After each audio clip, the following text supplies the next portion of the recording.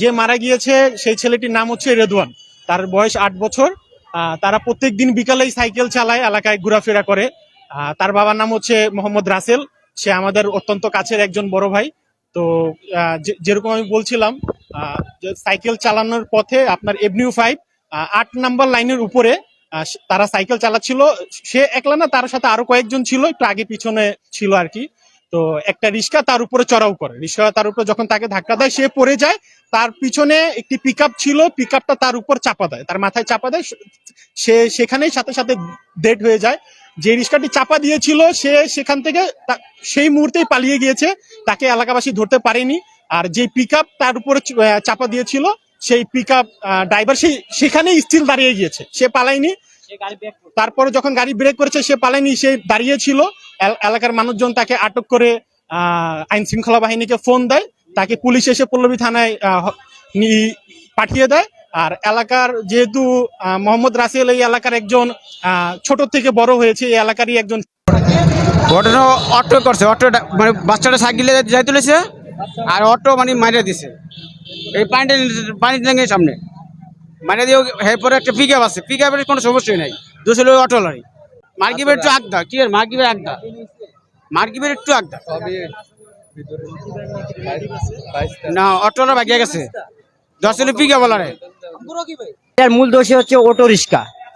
সামনে এই সাইড দিয়ে অটো রিক্সা ছিল, মাঝখান দিয়ে বাচ্চাটা যাচ্ছিল, তার পিছন দিয়ে মানে ওষুধ কোম্পানি গাড়িটা ছিল। তারপর যাওয়ার সময় এই অটো রিক্সার দিকে একটু চাপাইছে, বাস বাচ্চাটা সাইকেলে লাগে চাকার নিচে পড়ে গেছে। বাস চাকা থেকে পড়ে যায়, চাকার মাথাটা নিচে লাগছে, পরে ওই অটো রিক্সাটা চলে গেছে। না, এদেরকে একদম নিয়ন্ত্রণ করা দরকারই একদম। কারণ এরা যে বান্ধে রাস্তাঘাটে চালায়, মনে করেন যে পিক আপ বাড়াইলেই মনে করেন যে ওদের হাতে মনে হয় 100 গরম হয়ে যায়, বুঝেন না। লাশ পড়েছিল ছোট্ট একটি বাচ্চার, যার বয়স 7 থেকে 8 বছর।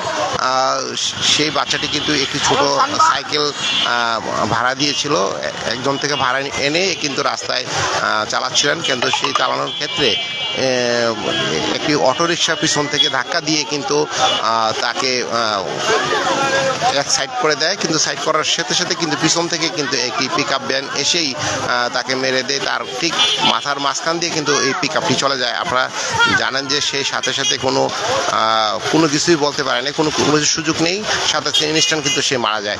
আপনারা দেখছেন যে ফারুক এন্টারপ্রাইজ যে গাড়িটি চাপা দিয়েছিল সেই গাড়িটি কিন্তু এখানে আটকানো অবস্থায় রয়েছে।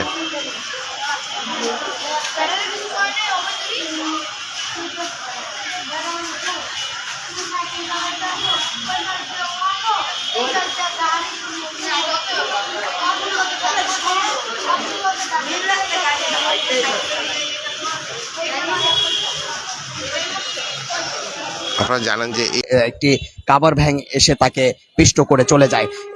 এ নিয়ে এলাকায় শোকের মাতম বোঝে এবং প্রশাসন কঠোরভাবে এটি দেখছেন। এবং কিছুক্ষণ আগে আমরা দেখতে পেলাম যে সেনাবাহিনীর সদস্যরা যারা রয়েছেন, সেনা সদস্যরা তারা এখান দিয়ে যাচ্ছেন এবং যেই ঘটনাটা ঘটেছে, যেখানে ঘটনা ঘটেছে সেখানে সেনাবাহিনী কঠোরভাবে দেখার চেষ্টা করছে। এবং এইখানে ঘটনার পরপরই বেশ কিছু অটোরিকশা এবং গাড়ি ঘোড়া ক্ষুব্ধ হয়ে ভাঙচুর করেছিল এবং সেই ভাঙচুর নিরসনে সেনাবাহিনী কঠোরভাবে কাজ করছে।